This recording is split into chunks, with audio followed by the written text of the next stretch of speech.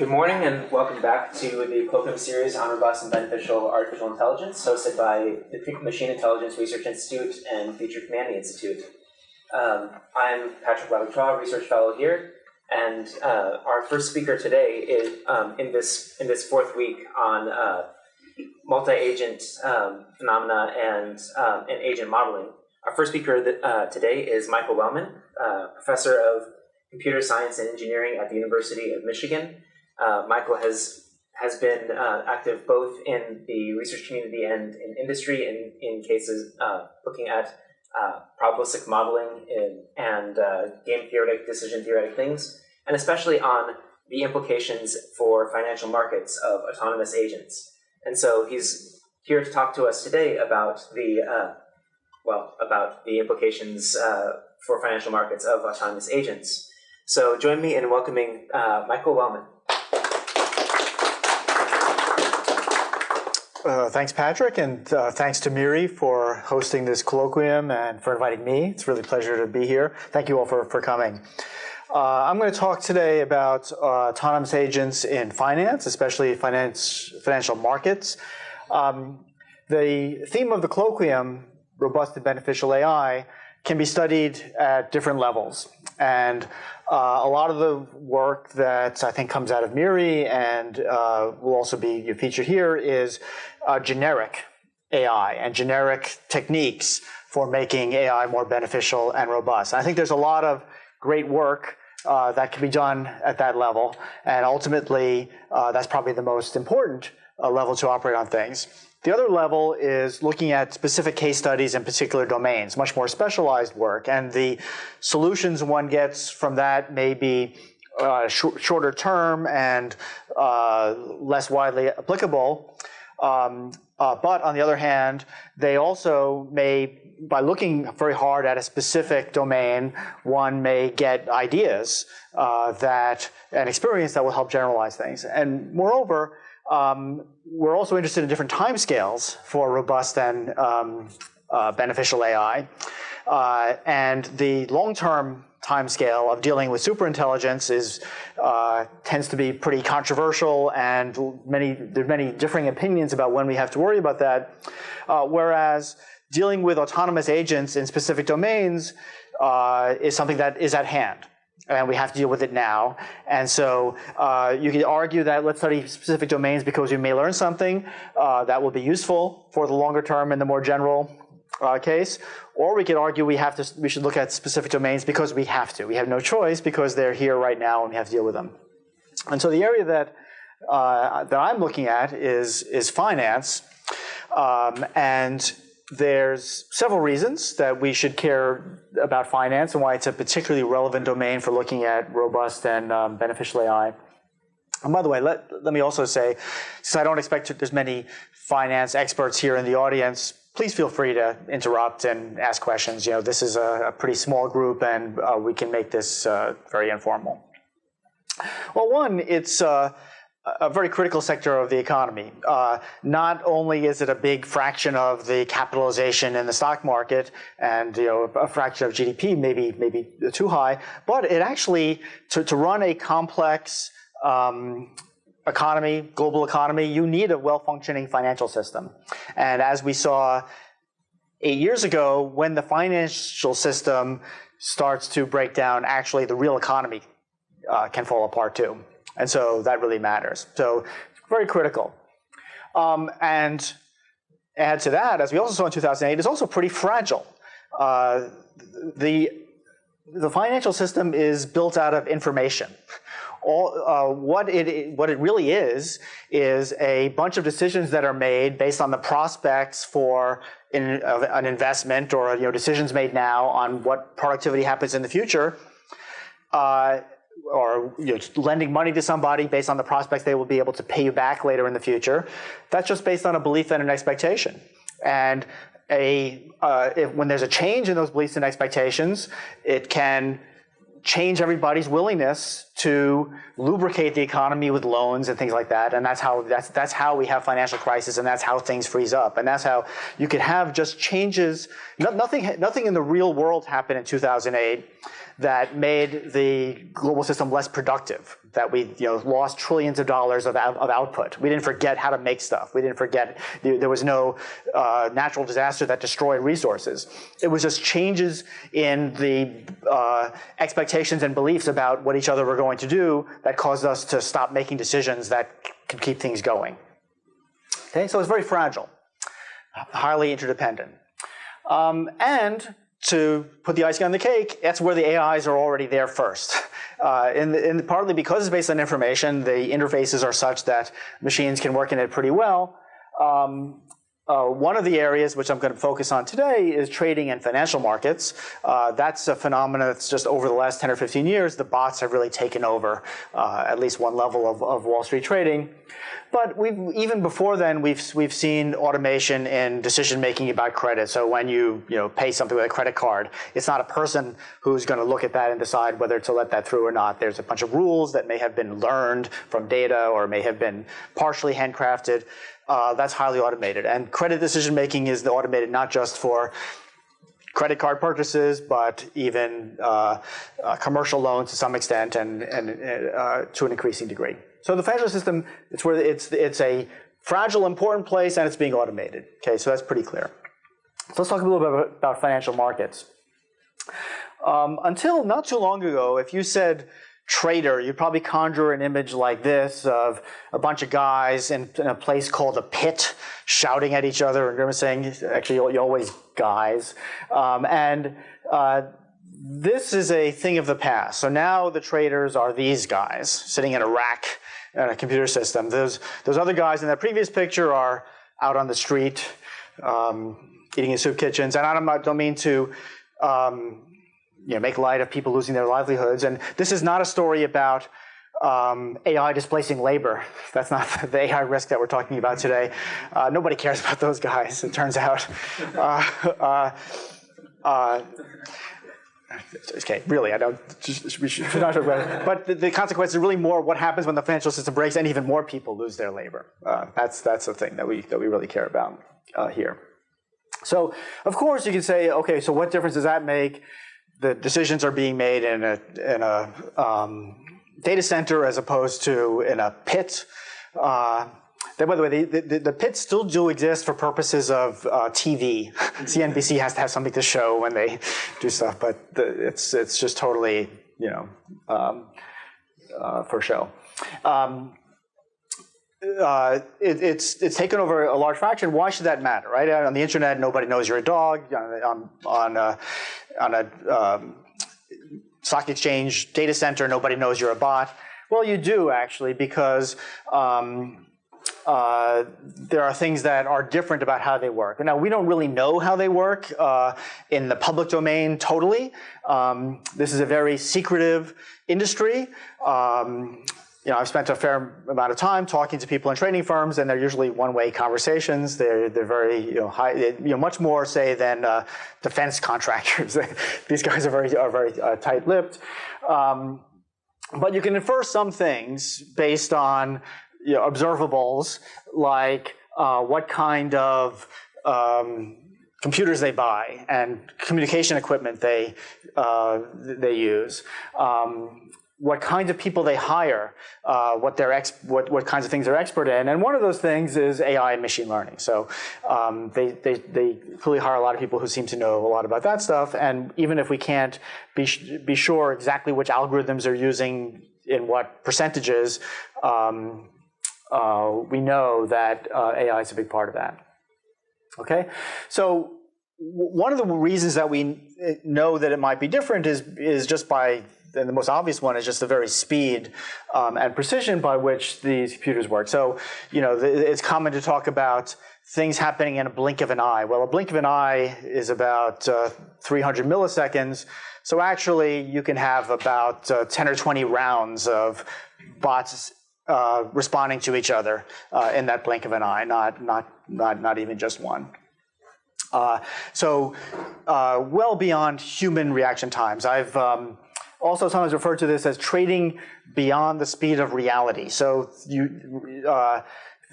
things happen in computers much more rapidly than they happen in the real world. So in most milliseconds, nothing very economically significant actually happens in the world. But of course, in a millisecond, lots of stuff is happening inside our computers, changes of information flows. Okay, this lets you do certain things. So operations that require gathering information from many sources and putting them together could not possibly be done by humans. That can be done by machines.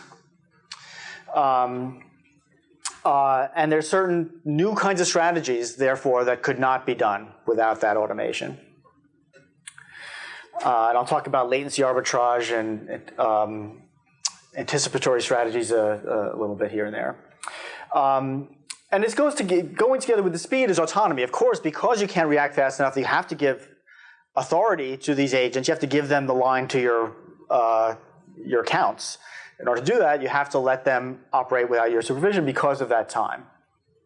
Okay, so by saying they're autonomous, we mean that we have some models that maybe we programmed or we learned, but they're going to be applied to whatever circumstances come up, which may have not actually been anticipated by the programmer or in the learning regime itself.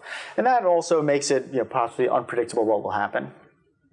And the other thing that I think is also especially significant here is the scalability. Because if you think of a new idea for a trading strategy that you could automate, you can try it on New York Stock Exchange today, but you can also try it at the same time on NASDAQ and on the French Bourse, and you can try it everywhere in the world, and not just for equities, but for fixed income and foreign currency exchange, and everything all at the same time.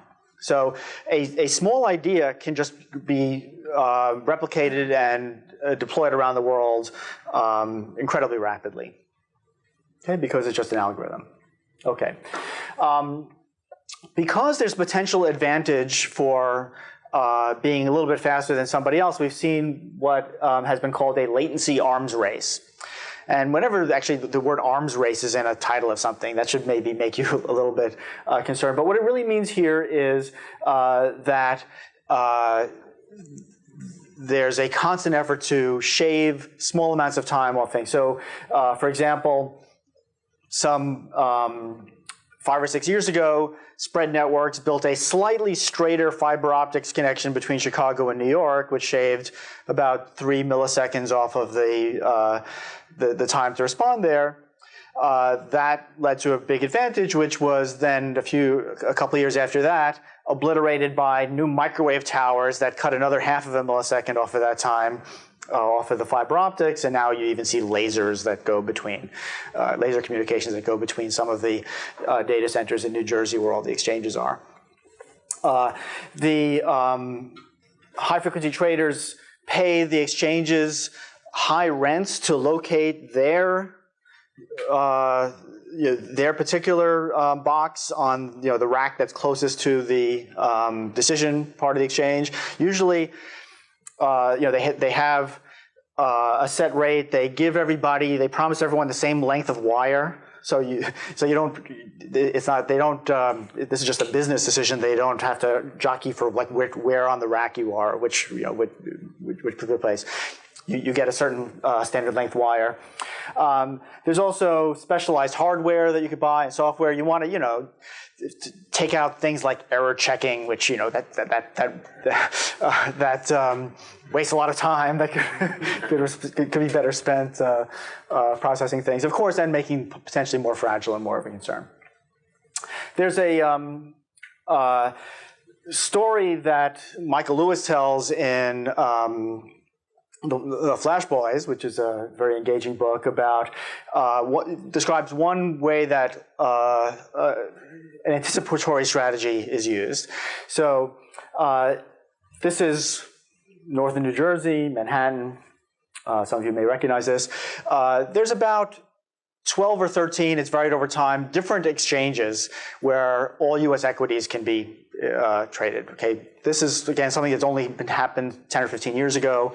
There used to be a much smaller number. There's many, and we can ask about why that is. But in any case, there are, and the firms who are trading big blocks of stock don't want to necessarily send all of their orders to one place because they're not sure where the orders on the other side will be. So they typically will split them up and to send them to various ways. So if you're say you're running a mutual fund and you live in Manhattan, you'll send an order, you'll divide it up in different places, and you press the button and your order goes out down the Lincoln Tunnel.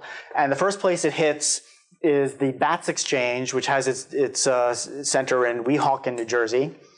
And it trades there. But then, let's see, let's have it.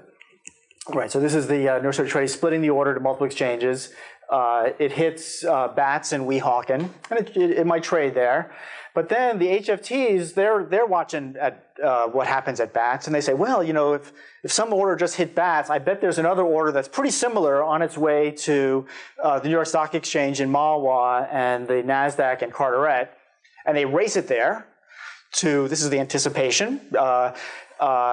It's about 200 microseconds difference, but they can get there a few microseconds ahead of the other order. And if they know that this order is saying, you know, going to be buying 100 shares or something, they'll buy it first and then sell it to this guy at a slightly higher price, because they can basically see that this order is going to be coming.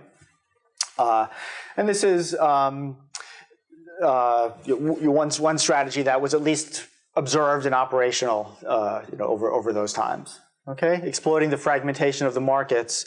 To get that benefit. Now, this is kind of crazy, or at least let me say it's at least wasteful. All this, those microwaves and new fiber optics, those are hundreds of millions of dollars in investment. They're all the specialized hardware, buying all the smartest people. We're talking billions of dollars that are being devoted just to shave these microseconds and milliseconds off things. And you could say, well, that's going to make the markets work better. But as I said before, the fact that the markets reached their efficient price 1 millisecond before they were going to anyway isn't necessarily clearly doing anything to improve the efficiency of the financial system. Okay, so there was a real benefit when they took the telegraph replaced the horse for conveying financial information. That actually led to decisions being made faster in a way that mattered, and we've reached a limit where perhaps that's not necessarily a benefit anymore. Okay, so it turns out you could fix this, and this is what was part of my entry into the field, was thinking about this, and I posted something about it in 2009. Basically saying, well, the issue is really that the market operates in continuous time, or at least the abstraction is continuous time, meaning there's no lower bound on a difference that could matter. And why should that be? In a world where it was human communication, there may not have seemed a need to put a lower bound because the humans themselves were providing a lower bound on a difference that they could implement. But with the computers, it can go down to nanoseconds, and as far down as we're aware. So instead, what we could do is convert to a discrete time market, and the technical term for that is a call market. It trades periodically. Orders come in over a fixed time interval, and they are not seen by anybody. They just accumulate, and then at the end of that interval, you clear the market. You match supply and demand, and you decide who trades. And this has been around for a very long time. Of course, originally call markets were operated over times of days or at least hours. But the observation is that we could run call markets at what on a human level is a high frequency, like a second. So every at 1 hertz, or maybe 60 hertz, or maybe if you really want, you could do it at every half second. We clear the market fast enough so that no one really feels that they're waiting, they're behind world events, but slow enough so that shaving a few microseconds or milliseconds is not going to be a material advantage. Okay, so we can do this, and other people have also had that idea. It's not, it's kind of in the air. There have been some attempts to do this in various forms, and still some push for it, and it may happen to some degree. In any case, we still mostly operate in continuous markets. Question? Wouldn't there be a secondary market that appears in continuous time? who did that? So that's actually one common objection is that, well, you'd have to get the whole world to synchronize on this, one thing. It turns out, as we've argued, that you could have these continuous markets and you could introduce a discrete time market, and we've got a paper on this to show that the discrete time market is in many respects an attractor. So it will actually, first they could coexist, but even if they did coexist, actually a lot of the activity would go to the slow markets. And what you find is there's something like a predator-prey kind of interaction. So the slow guys, so there's some fast guys, fast traders and slow traders around. Slow traders will prefer the discrete time market because they're not going to get picked off. No one's going to be anticipating their information so much. So they'll prefer to go there. And in terms of the fast guys, just want to go wherever the slow guys are. So they'll follow them there. The fast guys might prefer to be in the continuous one, but if the prey is going to the slow one, that's where they'll go. So we argue that it's just fine. We don't have to disallow continuous time to actually make it go away.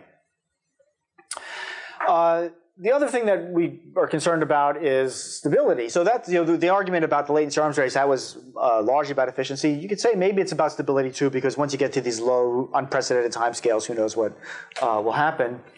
The most dramatic event was in 2010 when the major stock indices lost about 10% in a matter of minutes, and it's been incredibly well studied, all of the events that led up to that and the tick by tick sequence, and it's still somewhat controversial to what extent algorithmic trading may or may not have caused this.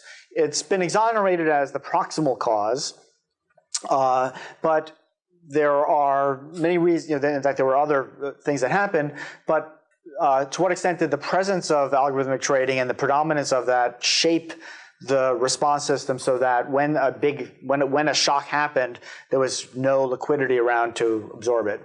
So this has been really well studied. What's not been as well studied, and probably is equally important, is why did it come back? Maybe the algorithms were actually saved us there, because if, say, this was close to 3 p.m., if we had hit the market close while we were still down, who knows what would have happened in contagion to Asian markets and wherever. So we dodged a bullet. We're not really sure why. We're not sure why it didn't really happen again. Some people argue that this is happening again at different scales. I'll say a little bit about that in a moment. So there's a lot we don't understand on point of that. Now, there's been a lot of press. Michael Lewis's flash buys, which I mentioned, I think really started a conversation that has been actually was good to happen. But there's a lot of other sensational books. The one that refers to AI bandits and the threats to the global financial system, of course, would attract my eye. There's a really interesting one by a guy named Chaim Bodek that focuses on a thing called special order types. I'll say a bit about that. That is, we in AI would think of this as changing the expressive power of the order interface to favor certain bots or the ones with speed advantages. And so, for example, they provide ways that you could give orders that whose behavior is conditional on the state of the market at the time that they arrive at the market. So that saves you a percept action transit time sequence. You don't have to sense, then decide what to do and come back. You could put the conditionality in the order itself, and thereby that could be a big advantage. Now they argue, well, anyone could use these, but it's kind of like a hidden API that only the insiders really know about, and some of the exchanges were fined small amounts of millions of dollars for this. So anyway, different issues. So and this came up in a kind of a cautionary tale that I'll mention. There was a paper that appeared in Science Reports by Neil Johnson and colleagues, which was very intriguing, brought a rise of new machine ecology beyond human response time. So their thesis, which I think still may actually be true, that there's something about this response time that could lead to new kinds of interactions that were not really possible with humans. Now, unfortunately, I think their evidence for it turned out to be spurious. So they defined something called ultra-fast extreme events as a crash or a spike. So you see this little crash here or a spike if it's positive that has a duration less than 1,500 milliseconds that involves at least 10 price movements in the same direction. And they argue that, well, given this happened in such a short amount of time, there's no way that people could have been responding to this. So this is a kind of a new phenomenon. Well, it turns out that this is actually explainable by some of these special order types, and a group of researchers from England, Golub et al., figured out that this was actually the result of something called an intermarket sweep order, which is one of these conditional order types, which I'm not going to go into too much in detail, but basically it allows you to override the usual routing rules. There's routing rules that say if in this world of fragmented markets, the SEC says that if you're an exchange and you receive an order, you cannot execute it if there's currently a better price somewhere else. And of course, that is itself problematic because of how, all your information about what the prices are everywhere else is a little bit out of date. And so that itself opens up things. But you have to kind of, there's some notion of, at least as far as you know, there's no better price somewhere else. And you could, this intermarket sweep order lets you override that.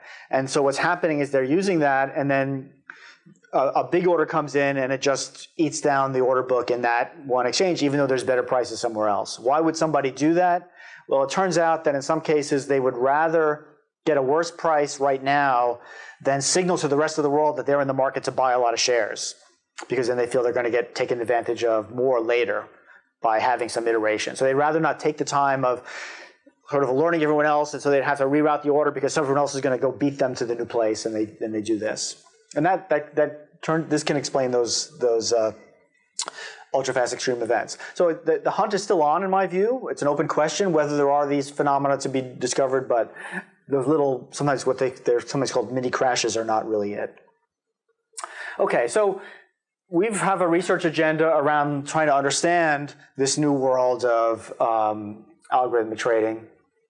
The issue in modeling this stuff is you have to make some assumptions about how the agents are going to behave. So let me digress just a moment. So of course there's tons of research in the finance community on this. Almost all of it is totally data-based. So, which is, of course, there's all kinds of new financial data. It's a great store of new knowledge, but there's only so much you can figure out by looking at data. So what you can see in the data is the orders that were made, the transactions that happened, and so on. What you cannot observe in the data is what strategies anybody is using.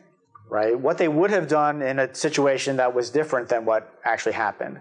And what you can't always figure out, you can't usually figure out from the data is what did they know at the time that they submitted an order. So there's just certain kinds of causality that is going to be incredibly hard to get just out of observational data. It's also hard to do experiments. So in our work, we use modeling, mostly simulation modeling.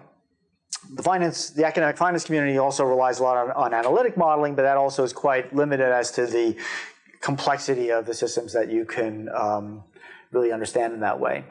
So we've been pursuing a particular approach, which I'm not really going to get into today, called empirical game theoretic analysis, which combines simulation, agent-based. It's agent-based simulation because the key elements in these simulations are these decision-making agents. But the Achilles heel of agent-based simulation is how do you decide what is the agent behavior? And we use game theoretic reasoning to essentially filter or select what are the strategies based on rationality assumptions. So we use strategic stability, game theoretic stability concepts to drive our search for the reasonable or the rational trading behaviors. And we've studied various topics, including latency arbitrage, which I mentioned, market making, and so on. I also mentioned this predator-prey, fast and slow traders thing. That was one of the studies. And I'll talk a little bit at the end today about a current ongoing work on market manipulation. But just to give an example of the kinds of results or the kinds of questions we can answer with this methodology, one of the studies we did was on market making. So unlike latency arbitrage, market making is a mostly benign activity that algorithmic traders do. They're actually, in many cases, benefiting the market by providing liquidity. They don't always benefit things. However, competition with market makers is almost always beneficial. So, for example, what we do, and I just want to illustrate this, is here's just a plot for a range of different environments and what those A1 is versus B12. This is not important for our purposes. We looked at, does adding a second market maker help the background traders or hurt them? Does it also improve welfare or hurt welfare, including the profits of the market maker? And for each of these environments, we get a range of possibilities for how much it helps or hurts. In this case, they're all on the positive side. These are ranges because we find multiple equilibria in these models. And we don't necessarily find all the equilibria, but among these ones we found, we do that. What I want to really emphasize is that we're comparing equilibrium. So we're saying, in a world where there's a market maker, and then we equilibrate all of the background traders to that, that's an outcome. And then in a world with two market makers, everyone's not going to do the same thing. Something else is in the world change. We're going to re-equilibrate to that. We compare things equilibrium to equilibrium. Okay, and that's what we do really in all of our models. Okay. So what I wanted to talk about for most of the rest of the time is going forward, can we come up with a more general framework for thinking about the possibilities of algorithmic traders and try to get ahead of what they do? So we have this framework, I refer to it as the RBOT, and it's based on the thought that really almost all trading strategies can be cast in some respect as a kind of arbitrage. So arbitrage is a very important concept in finance. It's when you take advantage of the fact that different markets for the same asset may have different prices. Okay, and some of the things that I've talked about already really are examples of arbitrage. So this is something that's highly subject to automation, and so some of the first automated traders were doing this kind of arbitrage where they just, if we have fragmented markets, we should look at all of them, and if there's a chance to buy in one place and sell at another place, then we should do it. Okay, and as I mentioned, that's one thing that computers are especially good at is being able to quickly get information from many sources and combine them, which is required for arbitrage. Now, of course, if even you have a few of these energetically looking for arbitrage opportunities, then they're really not going to exist anymore, because as soon as there's somebody who's making sure there's no discrepancies, that will make the discrepancy go away. Right? If it's available for one price here and a higher price there, you buy here and sell there. Well, after you do that enough times, the prices will no longer be out of whack. And in fact, economists often use no arbitrage as a condition for economic efficiency. If there's no arbitrage policy, that's just, they just equate the two. So what the name of the game really is an arbitrage, and when somebody says that they're in the arbitrage business, what they are doing is they're pushing the envelope about what an arbitrage is. So it's not really exactly the same thing. So, by the way, I should mention that you also have to take account of transportation costs and transaction costs and so on. Execution risk, that is, if you at the time that you saw the discrepancy, by the time you actually can execute it, it takes some finite time, it could go away. So all that gets in here. But we push the envelope by looking at what is really the same. So some things are really the same. So you can, there's for example, index securities. You can buy a security for the S&P 500. And that is equivalent to a bundle that has an equal share of the top 500 capitalized firms on the Standard & Poor's index. Okay, so you could, if you notice that the price of the S&P index is available for sale at somewhat lower than you could buy all of the 500 shares or sell all of the 500 individual stocks, you could buy that index and then sell the 500. It's really hard to do it with humans. You have to get a big room with 501 telephones and people doing it. They did that in the old days. Now it's computers that do it.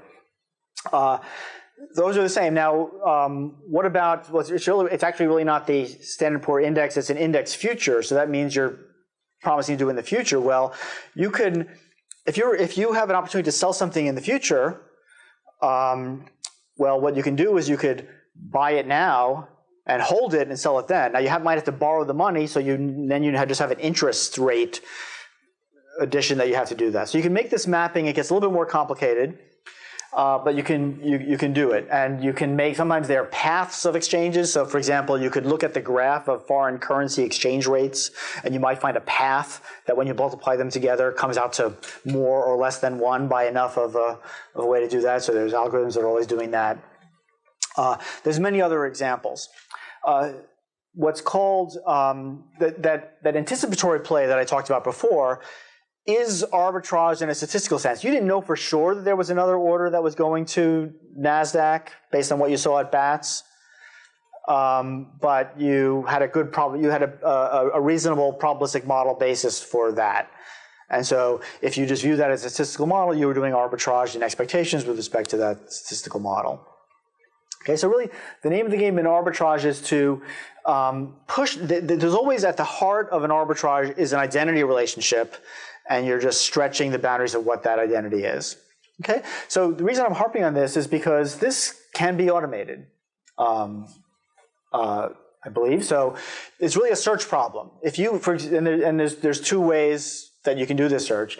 If you had machine-readable descriptions of these securities, and by the way, so derivatives are another example where this is something that security is defined by its relationship to other events involving other securities.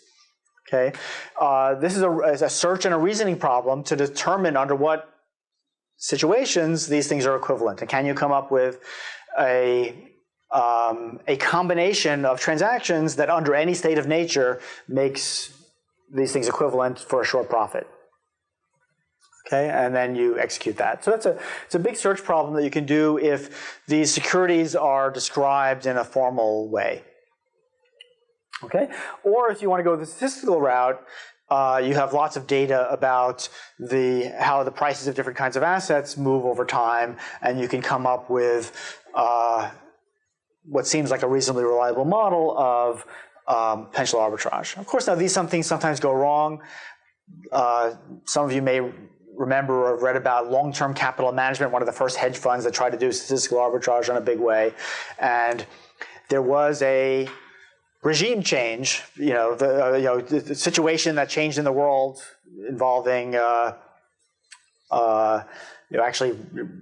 Russian markets that just made things that used to be very true, things that used to move in certain tandem not true anymore, and so they bet and they lost.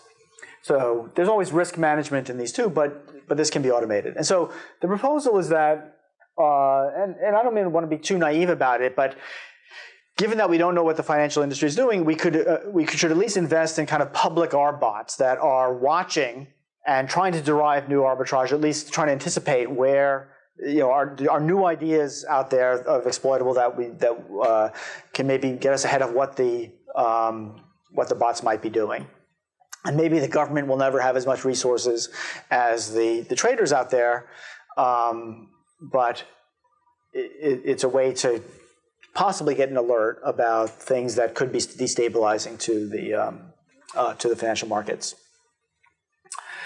So in thinking about designing an arbot, taking the perspective of I'm looking for opportunities,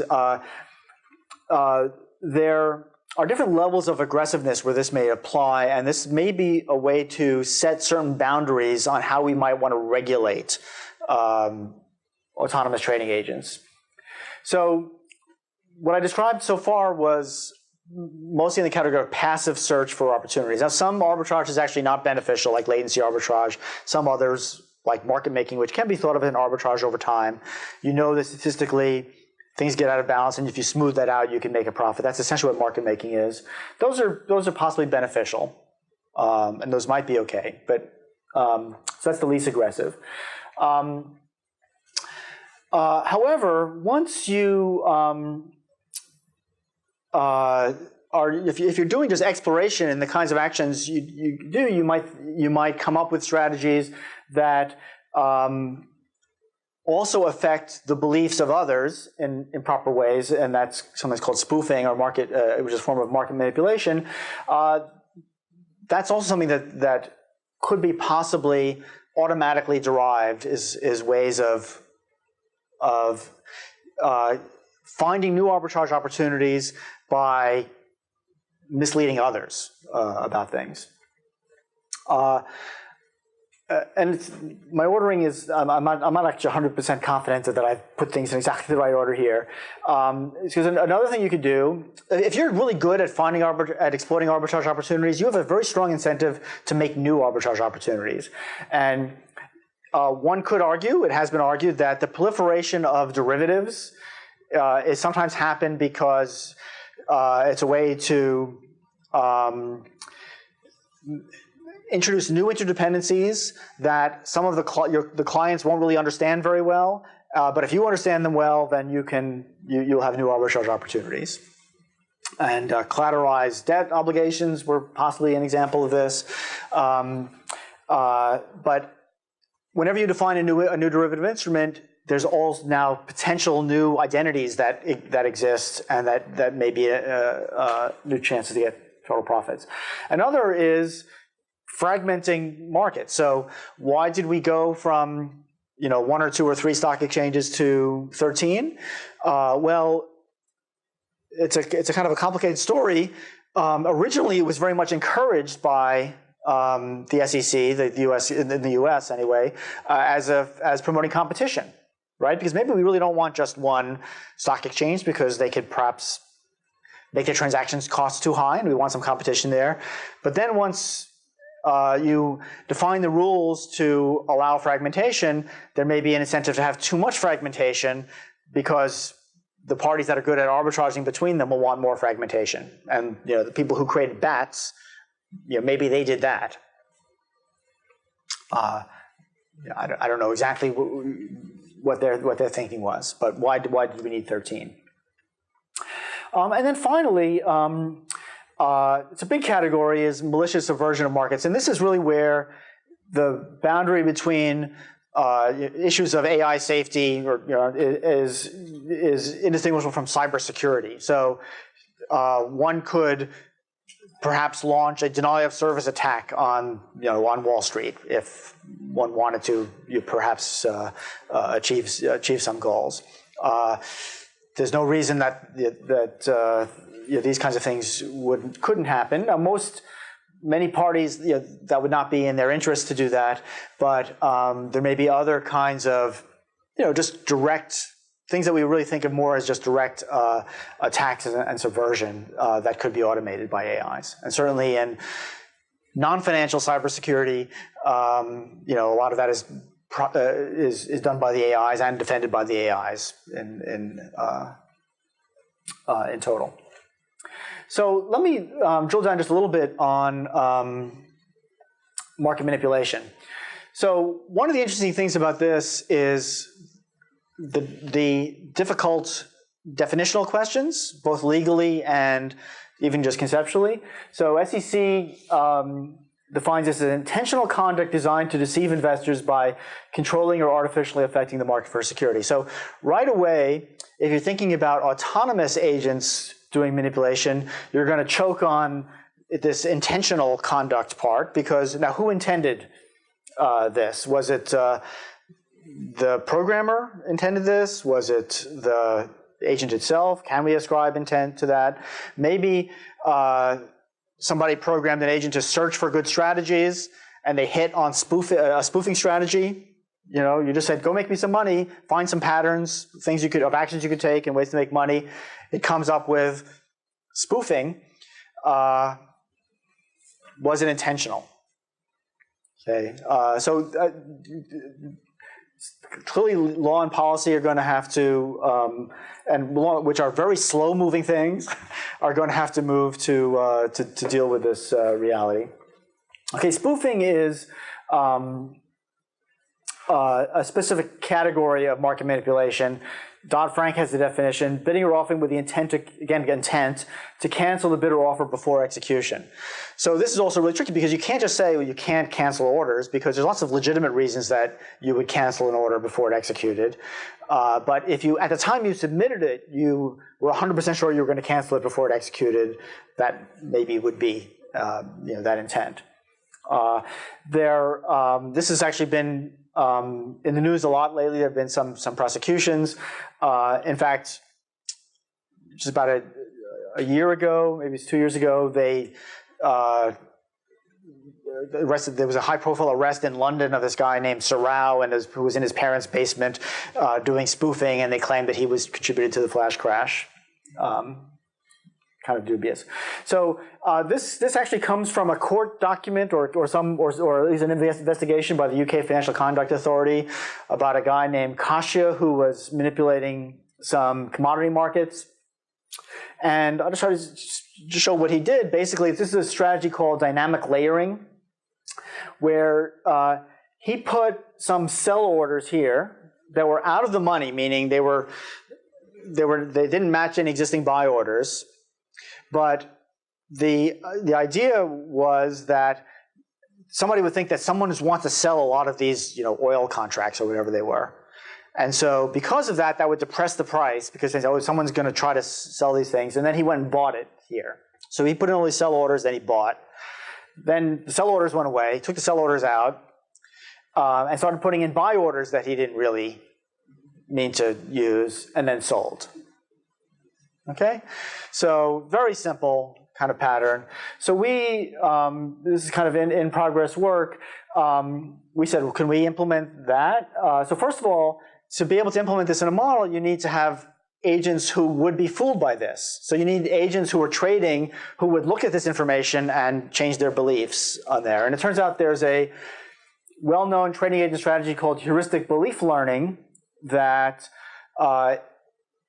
is a reasonable strategy in a world without spoofers. And when you equilibrate those and then you put a spoofer in there, the spoofer can raise the price above what it is. So what this shows is that this is comparing runs with and without the spoofer, showing the difference in the prices that existed over time with and without the spoofer. Okay, so the spoofer in this case was just putting in orders out of the money. They'd never traded. It had no effect on it would never actually transact, but it could have changed the prices that actually happened among the other traders based on its own actions. Now you say, well, this is when everyone is doing this heuristic belief learning in an equilibrium model where you have some doing that and some not doing that. The effect is a little bit less, or it doesn't persist as long.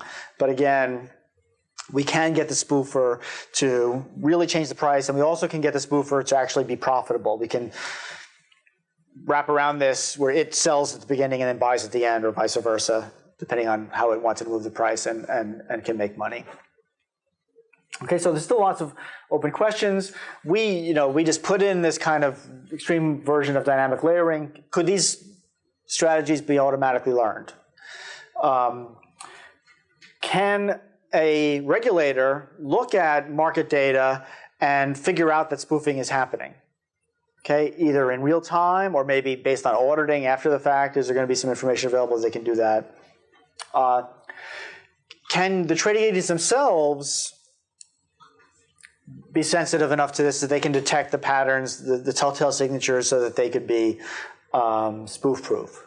I suspect this is ultimately really impossible, but maybe it can minimize the vulnerability to some degree. Okay, so those are the kinds of questions. So if you just left a deep Q-learning system to do stuff for a long time with appropriate exploration bonuses and so on, why wouldn't it invent this and many other potentially illegal strategies that Dodd-Frank happens to do? I strongly believe the answer to this is yes. I don't see any reason why it wouldn't be yes. but we haven't actually done it. Yeah, so it's a reinforcement learning problem that should be well within the capability. Okay, but right, and so detection will probably, there's another arms race here. Detection will probably always be somewhat behind this, but nevertheless, a lot of the market manipulators are not that smart, and just the same thing with cybersecurity. Actually, even if it's ultimately impossible, you can still do a lot of good with defense. Okay, so I just wanted to throw this back up here. I mean, ultimately, we really are worried about this, and if you want something to keep you up at night, there's a enjoyable science fiction novel called The Fear Index. Robert Harris. This was about 5 years ago. Here, some physicist in Switzerland built this algorithmic trader that was totally autonomous, and it figured out that you could make a real lot of money in panic situations. And so it did things like bribe people to set off bombs in financial centers and things like that. So again, not impossible. What's impossible is that a physicist would have made this system. That was the implausible part of the book. So just to leave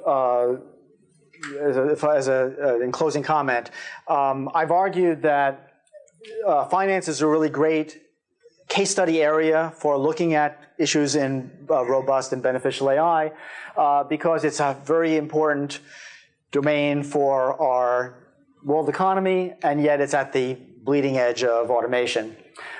There's really interesting new phenomena because of the superhuman timescales that are involved that we don't really understand. And even if we did understand them, actually figuring out what to do about them would present challenging issues both at a technical level, the AI and the economics, both, which I view as both technical, and on the social level. How do we adapt law and policy to deal with that? So this will keep us busy for a while, and I hope we will have a fruitful interchange with the broader AI safety research community.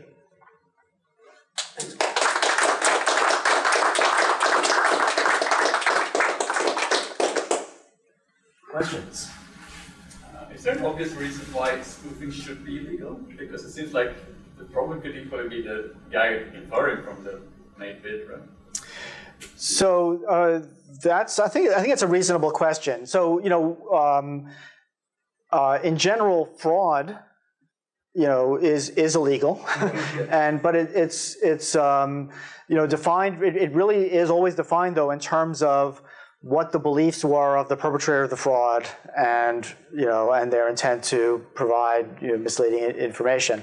And I think there is good reason that we don't want misleading information in markets. It really is hard, but at the same time, a naive definition, like you can't say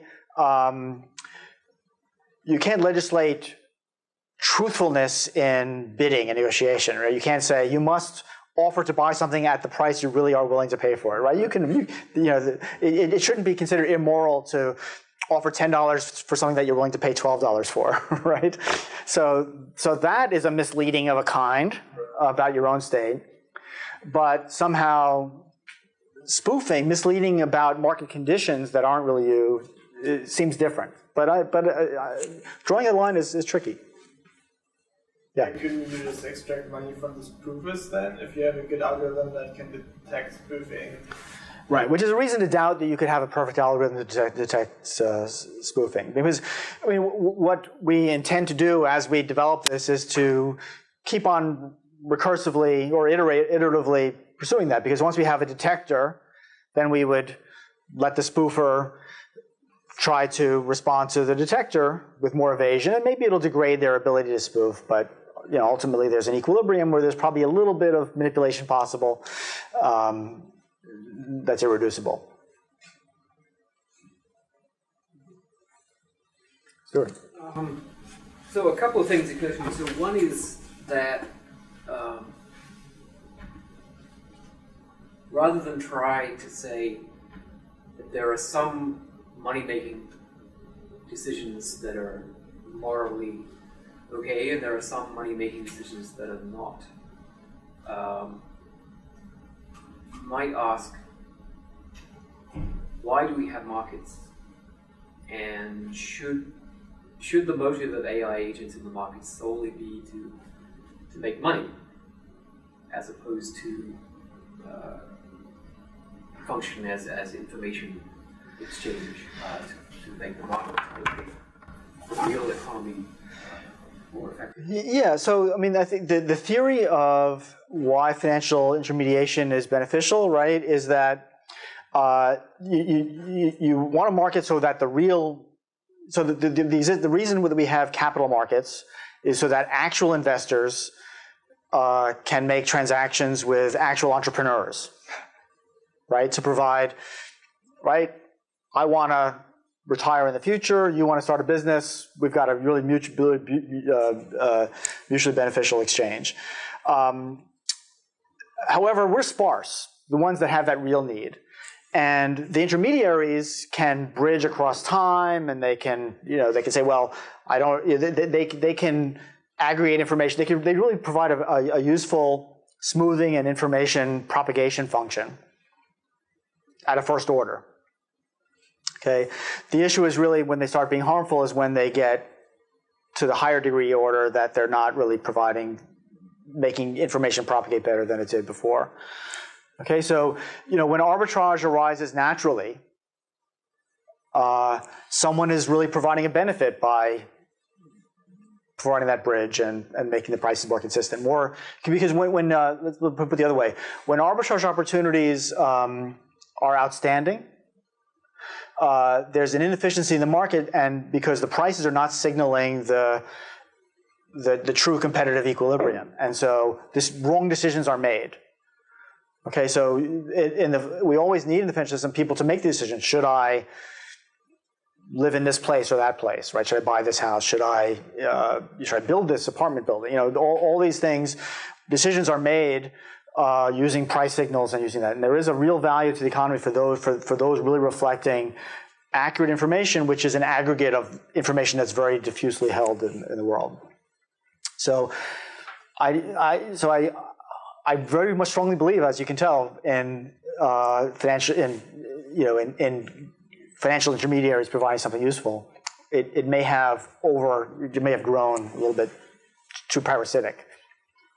So the reason I ask is that often when you see something that's dysfunctional, it's because the reward signal is incorrect, right? And there's a piece of reward missing. So there's some externality that's not being taken into account. So people pump pollution into the atmosphere, or they do stuff that they make money from that we all suffer from. And this is, yes. The suggestion is that these malfeasance behaviors in the markets are. Yeah, and I think most economists would view things like the latency arbitrage as another example of this externality, or the excess fragmentation as exactly that. But their normal solution would be regulation. Or charge for the externality, or factor that into the utility function. Yes, whenever we can do that, whenever we can put a price on it, that leads to the better solution. And the related question is, suppose we have an AI system that is honest, it doesn't do any of these illegal things, but it just is that much better at modeling the real economy or psychology or whatever, and gradually accumulates most of the money. That would also be a very catastrophic outcome. Yeah, well, right. I think you can have these parasitic relationships even if it really is underlying a benign thing. So the example I gave of market making. Market making is really useful when you have a thin market, right? I want to buy today, you want to sell tomorrow. We'll miss each other, and a market maker, by always being willing to buy, always being willing to sell, is essentially bridging that. So that is a legitimate thing. On the other hand, being a market maker in Apple stock is not really providing any value because that market is so dense already, so thick, that the buyers and sellers are meeting each other. So the one who's market making there is just being a parasite. They're just like being a gatekeeper and taking a nickel or a penny or whatever it is as a toll each time. There's nothing that they're doing in principle that's probably they're just a little bit faster, so they can just be there. And we would have made that extra penny in our transaction. Someone else is getting it instead. So it didn't really degrade the efficiency with the market except for their costs, but it hurt us a little bit. So I don't know what the regulatory solution is there either, but just even understanding when is what kinds of intermediation are beneficial and which are not. Yeah. Have you divided the problems between systemic risks and sort of minor ones, i.e. distinguishing the ones that might blow up the whole financial markets from the ones that cause people to lose a little bit of money? Yeah, so that's a good question. I mean, and actually, to be honest, most of our studies have been on the efficiency, market performance questions, which are much easier to study. The stability questions, which arguably are more important, are harder because we're talking about rare events, right? And you can show that certain things can happen, but showing that a certain mechanism will reduce the probability from 0.01 to 0.001, that's just a bigger lift. So we're trying to move in that direction to address those questions, but to be honest, we've probably been cherry picking. We've been doing the easier stuff first. You seem to know a lot about spoofing. Have you used this to your advantage? No, but I guess if I was, I wouldn't say. I would say that anyway. But yeah, we have decided to we're not doing this modeling in support of coming up with strategies to play on our own behalf. In fact, arguably, a lot of the work that we're doing in studying and exploring trading strategies is just rediscovering stuff that is known in all these proprietary trading firms, but they're not telling anyone about it. So we figure, okay, there's still a role for us, even if we're a little bit behind. All right, so we've got some time before lunch. Let's thank the speaker. Let's thank Mike Wellman.